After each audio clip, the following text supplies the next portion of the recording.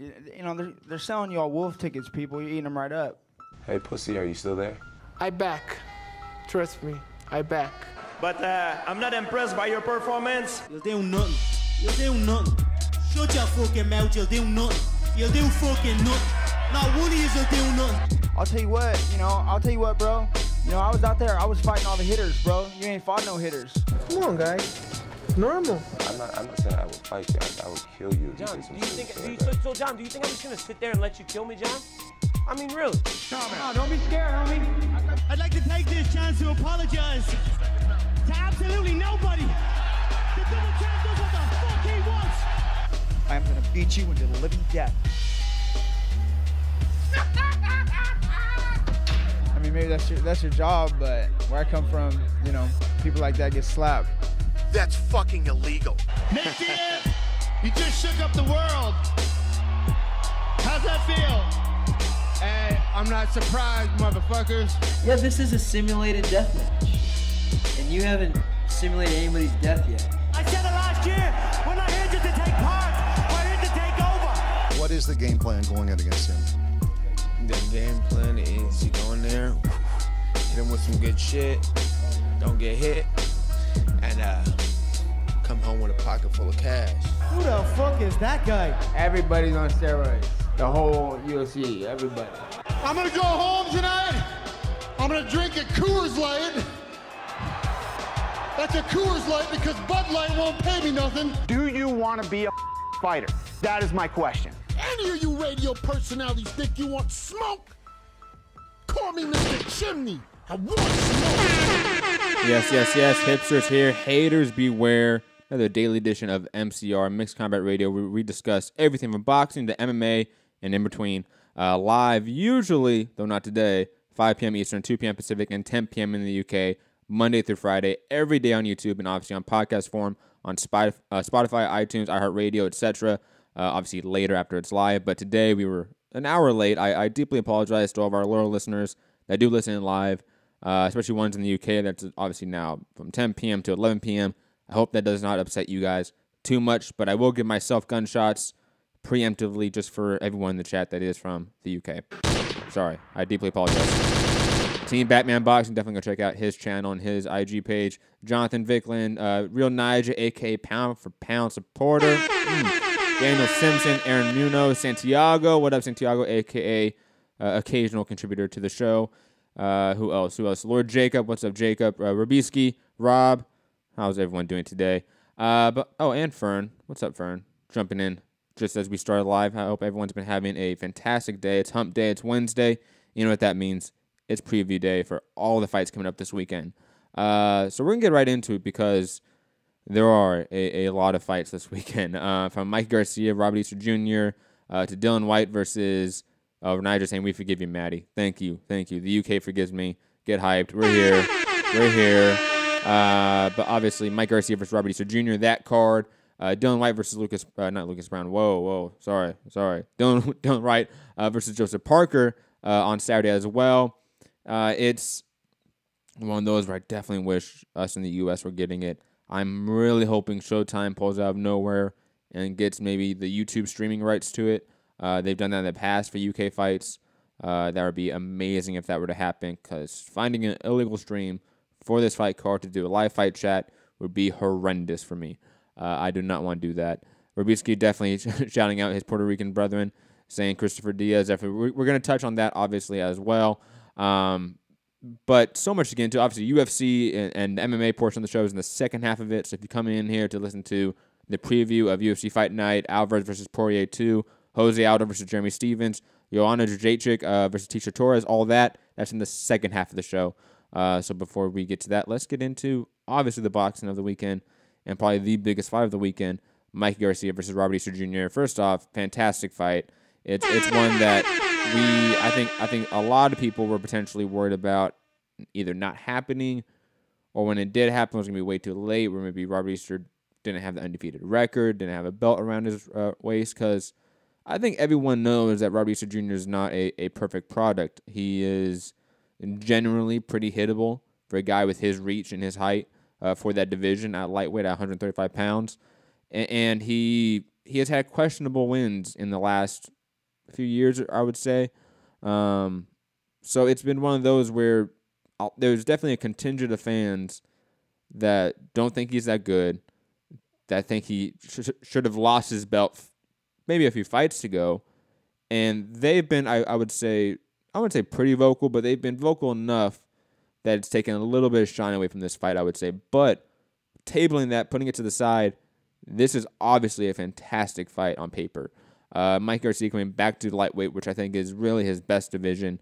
We're going to get to that later as well. And I think this is probably the best fight to make other than Mikey versus Lomachenko, obviously. I think these are two of the best three guys in the division.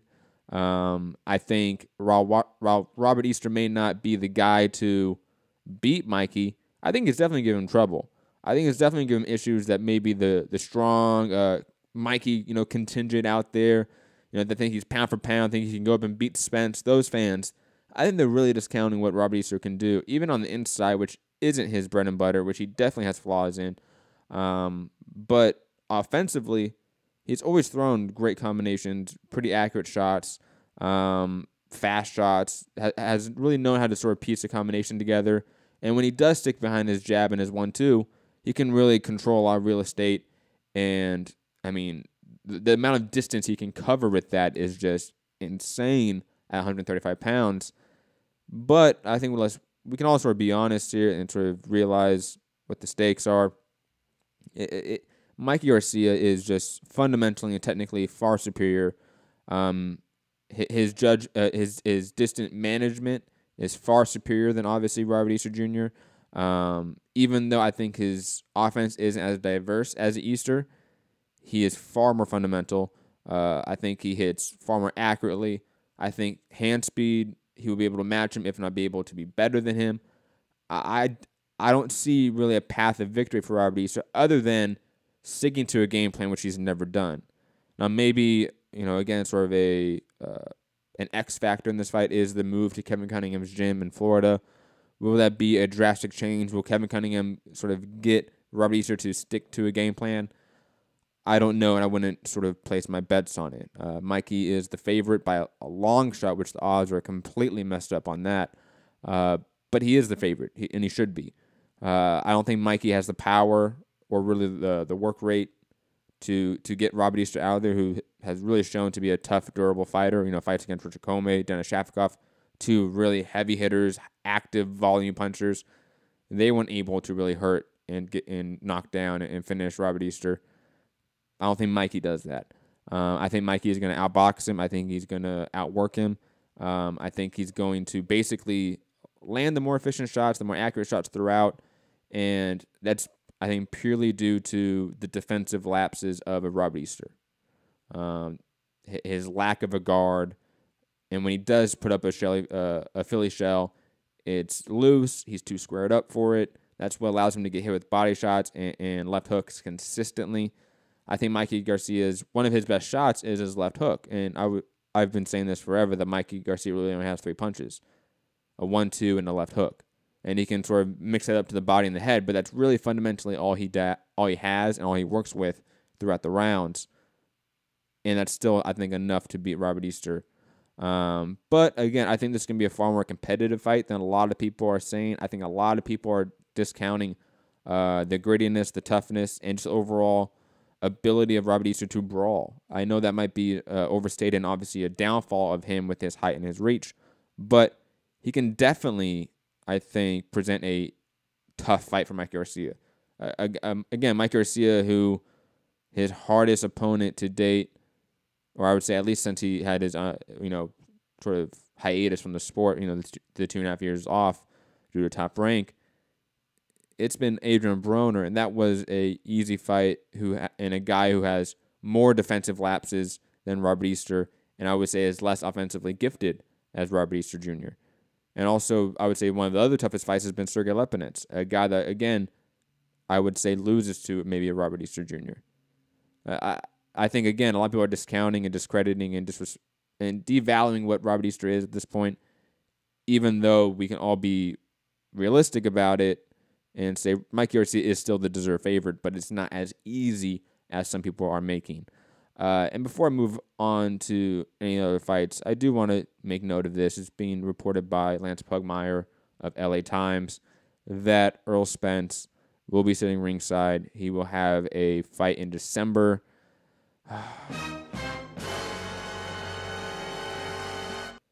I don't know if this means that there is smoke or there's fire to the smoke that is Garcia versus Spence at 147 pounds. Mike Garcia's come out and said Loma's an easier fight. I'd rather go fight Spence. I really do not want that. I think that makes little to no sense right now. And plus, I think Mikey doesn't look that good even at 140. He doesn't look in shape. 135 is his division. Him versus Lomachenko is the fight in the lower weight classes. Let's work to that. Let's not work to a Spence fight because I'm not interested in it. I know some people are, but I think they're getting way too ahead of themselves with that. That's just my honest opinion of that. Quickly, everyone in the chat has been saying Mikey. You know, Dwayne, Robisky, Santiago, Mike Thompson. Everyone has been saying Mikey either by KO 7 or later, basically, or UD. And I agree with the UD. I do. I think it's going to be a competitive unanimous decision. Dwayne making a interesting question. Have we really seen the best of Easter?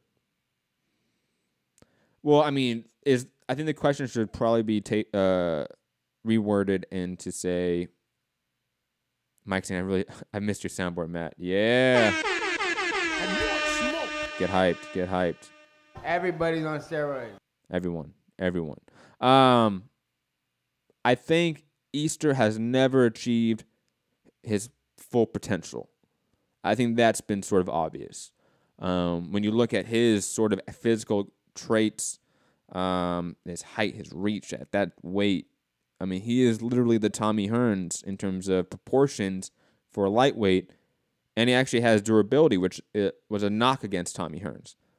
But yet, obviously, doesn't have the game plan, doesn't have the skills behind it. I shouldn't say skills. He's not able to put the skills together in a coherent game plan, strategy, and overall tactics to beat his opponents. He doesn't do that.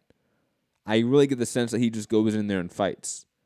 And when you are a 6 foot, 6'1", 135-pounder, that makes little to no sense. Because you're going to instantly start allowing your opponent to dictate the pace and the tone of the fight, which he has consistently done.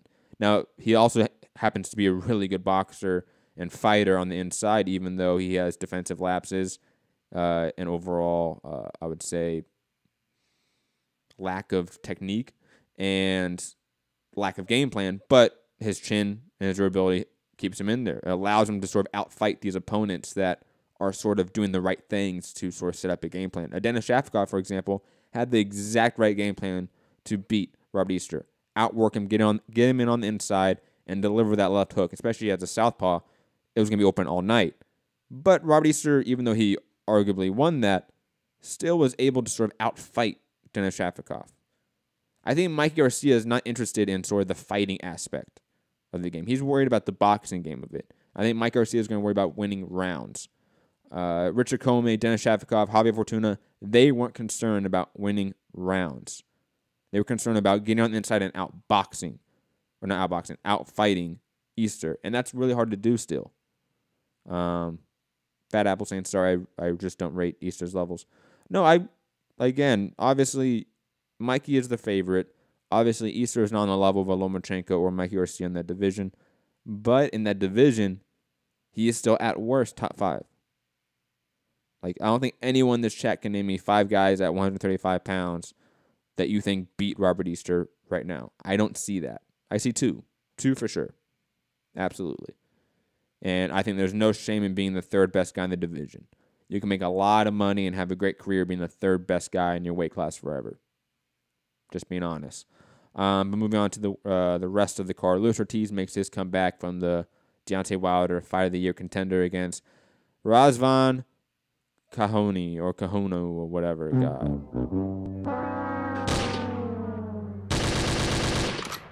God, this is so bad. Razvan was the last seen fighting Parker. He was last seen being a sparring partner to Parker, 2 years ago? No one cares about this opponent, but it's nice to see Luis Ortiz back, who should obviously pick up a huge, emphatic win here against Razvan, who really brings nothing to the table. Mario Barros is in the card against Jose Roman. Always good to see Mario Barros back in there. Jamonte Clark versus Terrell Williams. Underrated fight on this card. Fabian Maidana, obviously the brother of, or is he cousin? I think he's the brother of Marcos Maidana. He is fighting Andrei Klimov. Love that fight, honestly, because Klimov has sort of been the gauge for a lot of guys in that weight range. He's fought Terrence Crawford, etc. He's fought a ton of guys from 130 to basically 140 pounds. Carlos Balderos, obviously a former Olympian in the U.S. On this card. I believe his brother, also Jose Balderos, is on the card. So just some guys. Ivan Delgado's on it. A ton of sort of, I believe, local fights. This fight being in L.A. A lot of these guys, I believe, are local fighters. Like Jerry Perez, Brandon Ganton. Those are all, I believe, local guys. Santiago, same brother. Thank you. This fight is in Los Angeles at the Staples Center. Just for those that want to know. I know Santiago, I believe Fern or JP from Long Beach, a.k.a. contributors of MCR, and Santiago, former contributor of TBV in some capacity, will be there on site. So if you want to say hi, you can meet them. Tell them, hey, get me on the show with Matt. You can easily do that. No problem. But we're going to move on to, obviously, the next sort of feature boxing event of the weekend over in the UK. Dylan White versus Joseph Parker. Fantastic. I mean, at worst, top 10 versus top 10 heavyweight fight. I believe Joseph Parker is probably in that top 5, and Dylan White is right there. Let's be honest. These are two of the top young guys in that division. I believe it's a fight that on paper is intriguing because I really don't have one category of fighting or boxing that I can go, okay, this guy clearly has the overwhelming edge in this category. The only one I can think of is cardio. And Joseph Parker clearly has the better gas tank than Dylan White. However, I think Joseph Parker, to me, is a little bit overrated on the amount of volume he puts out there. From watching a lot of tape on both these guys, I think they're very similar in what they do and sort of their styles, overall stances. They're similar. They're going to be almost mirror images of each other, except Dylan White's going to be the far bigger opponent with far heavier hands. I believe both guys essentially want to get their jab going, to get their offense and sort of set the range. And most of their offense works behind that jab, whether it be the left hook off the jab, whether to the body or up top, or the right hand from the jab, or countering off your opponent's jab with the right hand. That is basically what these two guys do over and over and over again. Dylan White has a little good uppercut. Joseph Parker, obviously, a little more light of foot, can get around easier. I would say has better head movement as well, obviously. But I would say Dylan White has the better overall guard. His guard is far superior than Joseph Parker's. It's one that I've gone back and forth on consistently. I can see Joseph Parker, because I think this fight goes all 12. I do not see either guy really getting hurt or at least getting finished. I definitely don't see that. I think this is going to be a predominant boxing match at heavyweight where the jab, or whoever determines the tenor of the jabbing game will be the winner. And I think that's going to be Dylan White. I think it's the longer jab. I think he's only gotten better with it. I think the counters off the jab that Joseph Parker can throw are going to be a little bit too far out of range. I think he doesn't really have the power to capitalize on it that he would need to. And I don't see Joseph Parker switching it up. I don't see Joseph Parker being able to switch up, being on the back foot, sort of, dancing around, throwing the jab out, occasionally throwing the right hand. I don't see him switching that up when he needs to. When Dylan White is tired, because he is going to be tired around round 5 to 7, Dylan White will crash. His technique will sort of falter in some ways or in some level. and obviously his output will diminish. But his power is still there. That's something to be worried about, which is why Joseph Parker will not capitalize on as he should, because we're going to see an aspect or sort of a tone of this fight where Dillian Whyte obviously wins the first half of it, just being the overall aggressor, landing more shots. Joseph Parker sort of being the defensive fighter, reacting to Dillian Whyte's offensive continually, and not really being efficient with it. And then we're going to see Dillian Whyte and his efficiency drop off because he will get tired. And then if Joseph Parker is smart, he will start being the aggressor at that point. He will start darting in and out with combinations, 2s and 3s, getting in and out of there, and really making it a tough fight and putting it on Dillian Whyte. That's what he will need to do in order to sort of turn the tide and win the second half of the fight. I don't think he does that. Curtis Cooper saying Parker by UD will be similar to AJ fight, but Parker would be a little bit more active. I agree that he will be more active, but I think Dillian Whyte will be more active as well. And I think Dillian Whyte will be able to land the harder shots, even though they may not be the more accurate shots or more shots. He will land the harder shots. He will land the more effective shots. And you're going to see Joseph Parker having to react, having to sort of try to adapt to it. And I think he's going to fail.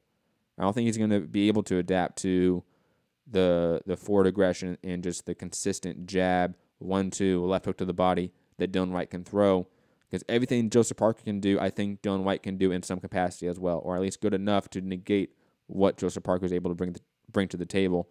But fantastic fight. Again, really hope that the U.S. sort of gets some international distribution rights to it somehow. Man, it's really upsetting we don't get that fight. But other fights on the card, Katie Taylor versus Kimberly Connor. Katie Taylor should obviously win this one by clear UD, if not maybe late TKO corner stoppage. Katie Taylor's, I think, really good about doing the exact opposite of what I've said about some other opponents or other fighters on the card or so far in the show. She sticks to a game plan. Great fundamentals. Great cardio. Never really falters. Able to adapt to what her opponent's able to bring to the table. Katie Taylor should win almost every round in this fight, in my opinion. Carlos Takam versus Derek Chisora. Takam should win this one easily. I think Carlos Takam is criminally underrated. Great counter puncher, mid-combination of his opponent on the inside. Chisora sort of fading, sort of not the same guy that he once was. I think Takam should win this one relatively easily. Conor Benn versus Cedric Pennard, a.k.a. Cedric Pendragon, a.k.a. King Arthur. Conor Benn should win this. I think you're going to see an aspect of him be a little more reserved in this rematch, because obviously they had a fight, I want to say last year, though I could be wrong. It could have been this year. So do not hate me in the chat if I'm wrong about that. But Conor Benn, even though it was a war, even though he was knocked down several times, had a huge swollen eye, he was still the better boxer. Still the faster guy, threw the harder shots, better technique, seemed to have better cardio as well. I think you see him sort of dial things back, work behind the jab a little bit more, and sort of try to box Cedric Pennard this time instead of have a war. Real nice thing. I think Conor Benn would do it different this time. Absolutely agree. Absolutely. Scholar Boxing, Eddie Hearn has burned his bridges with HBO and Showtime, probably why they aren't picking up the fight. Yes, but then Eddie Hearn can easily make this on YouTube. Matchroom Boxing has made their undercard available on YouTube live for the U.S. audience for a while now, for a long time, at least all of this year, I would say. So why not make the full card? If you're worried about losing money, even though you can make money off the ad rates on YouTube, make it a pay-per-view. Make it a $5 one. Get some money from the U.S., because otherwise you're just not getting any money. Because you're going to make, let's say, just for argument's sake, even though they're not going to make this, $1 million in the UK, even though they're going to make far more than $1 million in the UK. Let's just say it's $1 million for argument's sake. It's a round number. It's nice and easy. $1 million in the UK. They're making $0 in the US. I mean, repeat that again. $1 million in the UK, $0 in the US with this current arrangement. Tell me how that makes sense. When, let's be honest, it could be $1,050,000. It could be $1,100,000. It could be $1,200,000. It could be $1,500,000. Whatever it is, you're making more money on the bottom line. And is it really that much harder to then live stream your event on YouTube? No, it's not. You've already done it consistently now. I'm actually assuming the undercard for this event will be live streamed on YouTube in the U.S. automatically by Matchroom Boxing. They've done it in the past. The Don White Lucas Brown undercard, that was live streamed on YouTube for the U.S. through Matchroom Boxing's own YouTube page. This isn't hard, ladies and gentlemen. This isn't something that's a foreign concept to Eddie Hearn, the guy that is pushing streaming for boxing. This should not be a hard concept, and they should be able to get it done. It's YouTube. You think YouTube's going to care? No, they're not. But digressing. A lot of people have been echoing that sentiment. Scholar Boxing, not saying that ill-informed or anything like that, that Eddie sort of burned his bridges with HBO and Showtime, even though right now there's no proof of that, because obviously Eddie is working with HBO right now with Daniel Jacobs, but digressing just slightly. Obviously, there's ways around that. This sport is not run on HBO and Showtime. It's not anymore, especially. Look at the budgets. But moving on, Joshua Buatsi is on the card as well. Frank Buglioni is on the card. Anthony Fowler, a.k.a. Rob, a.k.a. Robbie Hearns, a.k.a. Robbie UK, a.k.a. Rob at TV. His favorite fighter. That's his probably. That's his My Prince Nassim, easily. And Nick Webb versus Dave Allen also on the card after the whole Eubank falling out. There's another fight that was supposed to be on the card. I forget. I deeply apologize for forgetting what was supposed to be. Oh, Kilbrook was supposed to be on this card. All that fell out, and now they got Dave Allen versus Nick Webb on it. Yay. I know he's liked over there in the UK, and I think he's a good sort of top 20, top 30 heavyweight. So, yeah. There you go. Other boxing I'm going to mention briefly, but not really. Mike Thompson saying, can you get Matchroom's Facebook in the U.S.? If so, there you go. Well, usually, I'm saying usually because I'm not going to say every single time, but usually every time that any sort of promotion live streams something via Facebook, they live stream it via YouTube as well. That's usually the case. And YouTube is just obviously a bigger platform than Facebook. It is. Fighter IQ, a.k.a. Ron the Mastermind, a.k.a. Ron at TBV, saying, what's goody? What's up, man? Hope you will enjoy all these fights this weekend. So much to watch. But other boxing this weekend that we're not going to do live fight chats for and we're not going to really talk about, but want to mention it. Telemundo on Friday. Saul Juarez versus Mario Andrade on that day, and some other people that I don't know. Over in China, knockout CB Freshmart versus Chao Zong Zing. Yes, I believe I got that right. If I didn't, sorry. For Freshmart's WBA strawweight title, and Sho Kimura versus Furlan Soluda for Kimura's WBO flyweight title. Sho Kimura, knockout CB Freshmart, great champions. Definitely go watch that if you can find a stream. If you need to find one, you can always contact me, Matt Hunter MCR, all platforms, etc. BN Sports on that same day as well. Randy Moreno versus Victor Rosas over in Texas. And on Saturday, ESPN Plus, Christopher Diaz versus Mazuyuki Ioto for the vacant WBO junior lightweight title.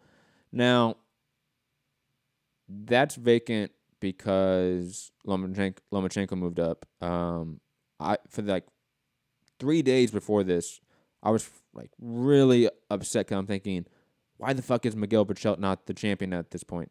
It was really upsetting that I, for some reason, thought Miguel Berchelt was the WBO champion, not the WBC champion. Yeah, shots at me. Sometimes, man. You just forget shit. Yes, that's all the boxing this weekend, ladies and gentlemen. Some quick news in the boxing world before we head over to MMA. Let me get over there. Hickey Butler dropped his IBF title due to a low purse bid for his mandatory. The purse bid was $25,000. 75. And was supposed to fight Felix Alvarado. Great fight, actually, on paper. So, yes, $25,000 supposed to be split 75%, 25% via Butler and Alvarado. And Butler was like, nope, fuck that. I'm outie. And so, yes, he vacated his IBF belt. So, yeah, that's actually really all the boxing news. Oh, wait, Rob did send me something. Oh. Okay. So, Eddie Hearn via Twitter. Let me get this up. Cuz this is good, Rob. Way to go. AP over there. AP. Yes. Awesome. Way to go for you for helping me out. Eddie Hearn has some breaking news to deliver on Twitter. Let me show you guys here on YouTube. Saying, delighted to agree terms for Boo Boo Andrade, a.k.a. Demetrius Andrade, to challenge Billy Joe Saunders for the WBO world title. Full details coming soon at DAZN USA. Yes, ladies and gentlemen, Demetrius Andrade, or I should say, Billy Joe Saunders versus Demetrius Andrade are fighting, and it's official. There's going to be a date, obviously a venue announced shortly. But yeah, we're here. I mean, this is I'll be honest, I actually really suspected we were going to get this fight. But the fact that it is now agreed to, I wonder if that obviously takes him off the card with Jesse Vargas, Gerald Miller, etc. Really curious about that sort of placement on it. But fantastic fight. Air horns again for this one. Billy Joe Saunders, at worst, the third best middleweight in the planet, fighting Andrade, who's at worst top 10 middleweight on the planet. Awesome fight. Curtis Cooper saying Diaz versus Iota world title fight and card is nice. It's the second best card of the weekend behind Garcia versus Easter. Debatable. I think the UK card is nice. Anthony Fowler, Boatsi. I think the Takam Chisora fight's really interesting. So yeah, just putting it that way. Rob saying no purse bids. They made a deal, referring to Eddie Hearn and Frank Warren. Yeah, I'm not surprised. So yes, we're here. We're here, ladies and gentlemen. Awesome fight in the middleweight division being announced shortly, being confirmed by Eddie Hearn. And Billy Joe Saunders, he sent out a tweet with the American flag with a bunch of emojis. But yes, get hyped. But we'll be moving on to the MMA portion of the show. UFC Fight Night 136, I believe. Yes, 136. Eddie Alvarez versus Dustin Poirier 2. Fantastic main event. Obviously, co-main event, Jose Aldo versus Jeremy Stephens. Jose Aldo being one of the best fighters of all time. And Joanna Jedrzejeczyk, one of the best female fighters of all time, making her comeback from her back-to-back losses to Rose Namajunas. #Doug Rose against Tecia Torres. Fantastic fight. Those are really the only fights I'm going to talk about on the card, though there are some really interesting fights outside of that I will mention. But starting from the top, obviously, I think we saw how this fight would go with the first one before the knee. Even though Dustin Poirier got hurt a little bit in that second round, that left hand from Dustin Poirier, him being from the southpaw position, and Eddie Alvarez having absolutely zero boxing defense for that shot. Doesn't know how to parry it. Doesn't really have the guard to block it. You look at almost any southpaw that Eddie Alvarez has fought, he's susceptible to that shot. And Dustin Poirier keeps an awesome job of a fundamental job of staying behind the jab and that 1-2 and keeping Eddie on the outside and landing it at will and hurting him. Rob saying, won't do a mill, Matt. That's funny because only we know that joke, and that's from our personal text messages. Haha. Don't be mad, homie. Don't be mad, homie. But I definitely think that Eddie Alvarez is good enough to make it competitive. We saw that. We saw that he, even while hurt, can throw a amazing hook and change the sort of complexion of the fight. But Dustin Poirier, I think, will look at that and say, look, I cannot start getting into a brawl with him Eddie Alvarez's ability to work the body and the head in the phone booth with compact hooks is rare in MMA.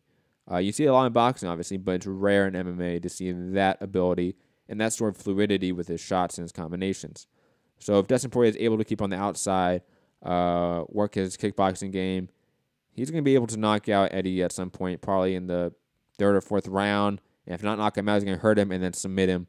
I think Eddie Alvarez doesn't have the wrestling or the grappling to really control Dustin Poirier on the ground. I think Dustin will be able to sort of counteract that basically all night. And you're going to see, again, a sort of late fight finish from Dustin Poirier in a great fight of the night contender, possibly. Moving on to Jose Aldo versus Jeremy Stephens. Another fantastic fight in that division. Oh, actually, no, they're in division below. I apologize. I believe Jose Aldo should win this one on paper. I think he is obviously far more skilled and fundamental than Jeremy Stephens. He sticks behind his jab more. His left hook is much more compact. His kicking game is obviously far superior than Jeremy Stephens. I think his defense is far better as well. His guard, his head movement. I mean, in almost every category, Jose Aldo is better than Jeremy Stephens, except for one, the wear and tear factor. Jose Aldo obviously may not be at the Shogun or Rashad Evans stage of his career, but he's definitely on the downhill slide, definitely on a stage where we worry about where he's at. Now, however, because Jay Prodigy is saying, don't say Steven's going to take it. You know, I want smoke. It's okay, Jay. I apologize. I know you may have thought that's where I was going, but I think a lot of people are sort of overstating that wear and tear factor for Jose Aldo.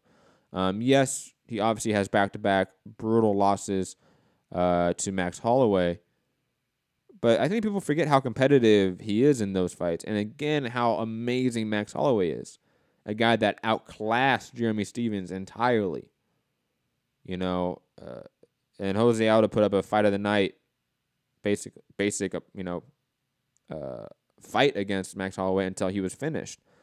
Now, does Jeremy Stephens have the power to hurt and potentially finish Jose Aldo? I think at this point he does, and that's a concern.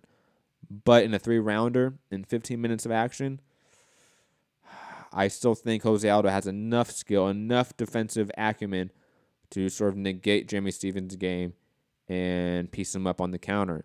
I think this fight's going to look very similar to either the Ricardo Lamas fight or the Frankie Edgar fight, where you see Jose Aldo basically stay in the center of the cage and slip and roll out of shots. Use his guard to block shots and then throw mean counter 2s and 3s, short combinations that are more efficient, more accurate than Jeremy Stephens. And again, Jose Aldo has the power, I think, to hurt and potentially finish Jeremy Stephens as well. This one's one of those fights where you do not bet on it. If you're out there and you're a betting person, shout out to Pittsburgh Brew. Do not do that. This is a fight you stay away from. Absolutely. Now, the next fight, Joanna Jedrzejeczyk, former strawweight champion, one of the best female fighters of all time, let's be honest. Comeback fight after, sort of like Jose Aldo, back-to-back losses to the current champ, Rose Thug Namajunas, fighting Tecia Torres, one of the perennial top 5, top 10 competitors in the division, one of the best wrestlers in the division as well. And I think this fight really comes down to can Tecia Torres keep Joanna Jedrzejeczyk on the ground for significant periods of time? Because I think, obviously, even though Tecia Torres has a ever-evolving striking game and boxing game, I would say, her duck under left hook and right hook is getting far better. But Jedrzejczyk's ability to keep a fight on the outside with her teep kicks, with her jab, is just phenomenal. Not only in women's combat sports, but combat sports, period. It is textbook. It's something that you should watch if you're an upcoming fighter on how to keep a fighter on the outside. Watch Joanna Jedrzejeczyk. And if you're on the inside with her, you better watch out for her elbows, because her clinch and Muay Thai game is unreal. And also, you really can't get her with a single takedown. You're going to have to chain your takedown attempts. You're going to have to hope that you press up against the cage, You cannot get elbowed in the face and have a broken nose in the process, and sort of, get the high waist guard and basically just chain takedowns. Go for the single leg. Go for the double leg. Work an ankle pick. You're gonna have to do something else than just level chains. Go for that deep double. Even though Tecia Torres has one of the best deep doubles in the game, I don't believe that Joanna Jedrzejeczyk is a type of opponent to stay down. So, close fight. I think it's one that, because Tecia Torres will get her on the ground probably at least once a round, but Jedrzejeczyk work up to the standing and to their feet pretty quickly. It's going to be difficult to score, but Jedrzejeczyk should just show that she's a little bit of a class above Tecia Torres and that she is far superior in this matchup. Even though, again, sort of like Aldo, there's a question mark there about what's the wear and tear factor. Because obviously I would say Jedrzejeczyk is not in her prime anymore. Obviously still a fierce competitor, but I still believe she's definitely not in her prime, similar to Aldo. Maybe not on that far of the spectrum towards the wear and tear factor. But a lot to sort of watch, a lot of fights to sort of break down. Obviously, I don't know what I'm going to do for the live fight chats on Saturday, but I do believe I would do at least one for the Mike Garcia Robert Easter fight. I guarantee you I will do one for that. I will try to do one for both. Maybe a simultaneous live stream for both events. Definitely let me know in the comment section below what you think about live fight chats for this weekend. I'm trying to get some co-hosts up here to help me out with that. Definitely let me know. Niger saying it's way past my bedtime, Maddie. Good night. Oh, good show. Good night, Niger. Hope you have a good one. But yes, ladies and gentlemen, that's all the fights this weekend. There is a 1FC card as well. There's some other sort of peripheral, I should say, fight cards out there in the combat sports world. Check out Gorbaka Hitman on Twitter. He has a sort of great breakdown, but a great list of all the fight cards this weekend. So go check that out. And last piece of news before we head out of here, because obviously it's in the title. Woodley versus Darren Till has been sort of slated and officially announced for UFC 228, and Colby Covington has been stripped of his interim belt. It's okay, Colby. It's okay, buddy. Fantastic fight. I can't wait to break this down when it is fight week for it. I'm glad they sort of just sped this up. If Woodley's good to go, he's the champion. It doesn't matter what Colby Covington's doing. He's the interim champion. If Woodley's ready to go, then go. If you need to strip Colby, then go for it. If you're just now concerned about the UFC's proliferation of interim belts to sell pay-per-views, you're sort of late to the game. I think this is a fantastic style matchup. Can Woodley get him to the ground? Can Woodley counter the striking of Darren Till? Because Woodley does have his own boxing skill and power. A lot to sort of, break down and sort of dissect in terms of styles. Everyone, all the UK guys in the chat leaving. Wow. I'm sorry. This hour difference does make a big difference for you guys. Good to know. But still, yeah. But anyways, great fight to be announced for that pay-per-view. On top of the Shevchenko and Montano, what is that? Women's flyweight championship. Can't wait to see that one as well. A ton of fights to watch this weekend. So make sure you join us on Saturday for the live fight chat. As always, I am Matt, the Hipster Hunter. You can find me on all platforms. Matt Hunter, MCR, Mixed Combat Radio, all platforms. Patreon.com/Mixed Combat Radio. Help support the channel. Trying to reach 1,000 subscribers before the end of the month. So hit that like button, share the show, tell a friend and tell a friend, join the movement. And if you want to be on this platform, if you want to help the show grow in a more hands-on way, email us, mixedcombatradio@gmail.com. You can be a producer, you can be a host, you can be a writer, you can be one of our social media directors. You can do a lot of things here. So let me know via email if you're interested in this sort of platform. Fat Apple saying hipster. That's what I was given that nickname. Shout out to Nestor a while ago, and I received some hate and some backlash from certain people. Shout out to Lord Jacob in the chat for me not using the whole hipsters here, haters beware tagline still at MCR. So I'm still gonna use it. It's still fun. And let's be honest, what other boxing channel is talking about something from a writer? Yes, you can write on Patreon. Yes, let me know if you want to be a writer. But digressing, you know, what other channel is talking about Woodley versus Darren Till, Mikey Garcia versus Robert Easter, knockout CP Freshmart, Christopher Diaz, all of this combined, Hiki Butler? What other podcast is doing that? No one. No one. I want smoke. So make sure you follow us all platforms. See y'all tomorrow. Peace.